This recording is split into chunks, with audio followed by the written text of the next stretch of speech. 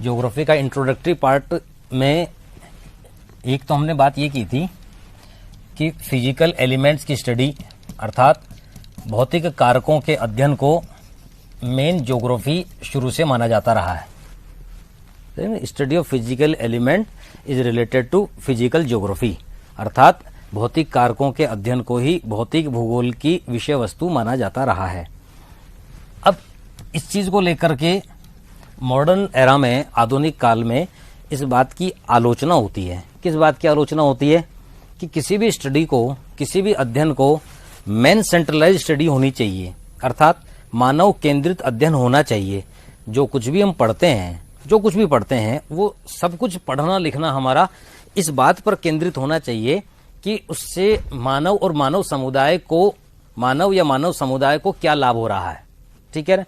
अब इसमें पर्वत, पठार, मैदान, नदियां, पत्थर, हवा आदि के बारे में पढ़ा, लेकिन कहीं पर मानव नहीं है, कहीं पर मैन नहीं है। तो ऐसी स्थिति में इसे अप्लाइड पार्ट नहीं माना गया, व्यवहारिक विषय नहीं माना गया। अप्लाइड का मतलब जब तक मानव से संबंधित, मानव के कार्यों से संबंधित, ह्यूमन एक्शन से संबंधित अगर किसी सब्जेक्ट को हम रिलेट नहीं करेंगे तब तक वो अप्लाइड पार्ट नहीं माना जाएगा। तो इसे अव्यवहारिक विषय के रूप में करार दे दिया गया। इस आलोचना से बचने के लिए जो महान भूगोलवेता हैं, ज्योग्राफर्स हैं, उन्होंने एक अप्लाइड ब्रांच शुरू की जिसे हम कहते हैं inter relation between man and nature, अर्थात मानव और मानव के कार्यों, inter relation between man and nature, मानव और प्रकृति के अंतर संबंधों का अध्ययन। मानव और प्रकृति के अंतर संबंध अर्थात मानव प्रकृति, पर्यावरण, एनवायरनमेंट के साथ रह करके जिस तरीके से रिएक्शन करता है, उसमें कुछ चेंज करता है, खुद कुछ चेंज कर लेता है अपने आप में, कुछ प्रकृति में चेंज करता है। ये कहलाता है मानव और प्रकृति का अंतर संबंध, inter connection between man and the nature. ठीक है। तो ऐसी स्थिति में ये अप्लाइड पार्ट हो गया ना, क्योंकि इसमें नेचर के अर्थात फिजिकल एलिमेंट्स या एनवायरनमेंट से रिलेटेड जो एलिमेंट्स हैं उनको आपने मानव के कार्यों से रिलेट कर दिया, संबंधित कर दिया। अब ये पार्ट हमारा ज्योग्राफी का मेन पार्ट बन जाता है। अब देखने की बात यह है कि इसमें आपके सिलेबस, जनरली सारे सिलेबस में से जो भी आप पढ़ते हैं, जीएस के पॉइंट ऑफ व्यू से अगर देखें, है ना, अगर सामान्य अध्ययन की दृष्टि से देखें तो इनमें से सिलेबस के कौन कौन से बिंदु आते हैं। तो हम कहते हैं कि भाई फिजिकल ज्योग्राफी में पृथ्वी अर्थ के ऊपर, पृथ्वी के ऊपर जो कि स्फेरिकल अर्थ है, गोलाकार, मंडलाकार स्फेरिकल अर्थ है, इस अर्थ या पृथ्वी के ऊपरी भाग में जो पर्वतीय पठारी भाग, जिसे आप कॉन्टिनेंट पार्ट कहते हैं, महाद्वीपीय हिस्सा कहते हैं, अगर अर्थ को हम एक ऑरेंज की तरीके से लें, एक संतरे की तरीके से लें, तो ऑरेंज का जो ऊपरी छिलका होता है, uppermost part of the earth is known as crust, यानी पृथ्वी का सबसे ऊपरी भाग क्रस्ट कहलाता है। ठीक है, भूपर्पटी या क्रस्ट जिसको बोलते हैं। ये क्रस्ट उस छिलके के समान है। अगर हम ऑरेंज के टोटल शेप को देखें, उसमें जितना पतला उसका अपर लेयर होता है, ऊपरी परत होती है, उसी में कॉन्टिनेंट एंड ओशियन स्थित होते हैं, महाद्वीप और महासागर स्थित होते हैं। तो हमने कहा कि यहाँ पर महाद्वीप और महासागर का ये जो ऊपरी भाग है, गोलाकार पृथ्वी के चारों तरफ इस प्रकार का भाग, जो कि कुछ उठा हुआ होता है, कुछ धसा हुआ होता है। ठीक है ना।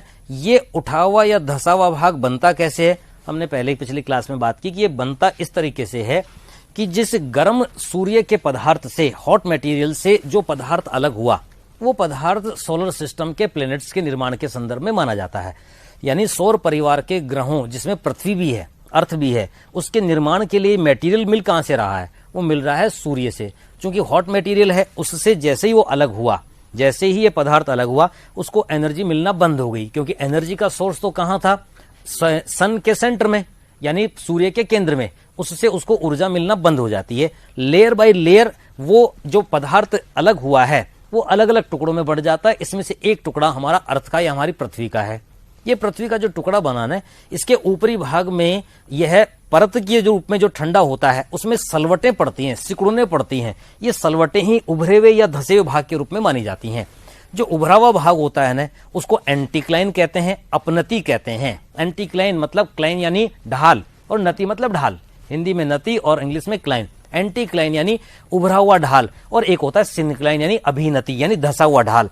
एक उभरा हुआ भाग है जो अपनति है, एक धसा हुआ ढाल है जो कि अभिनति है। इस प्रकार से जो उभरा हुआ भाग है, यहाँ पर इस उभरे हुए भाग में ही महाद्वीपों का निर्माण हो जाता है, जिसे आप स्थल के मंडलाकार भाग के रूप में लेते हैं।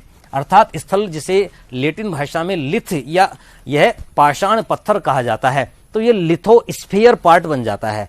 स्फेरिकल अर्थ गोलाकार पृथ्वी के चारों तरफ इस लिपटा हुआ, मंडलाकार पृथ्वी के चारों तरफ लिपटा हुआ ऐसा उठा हुआ भाग जो कि कॉन्टिनेंट्स का भाग बनता है, महाद्वीपों का हिस्सा बनता है।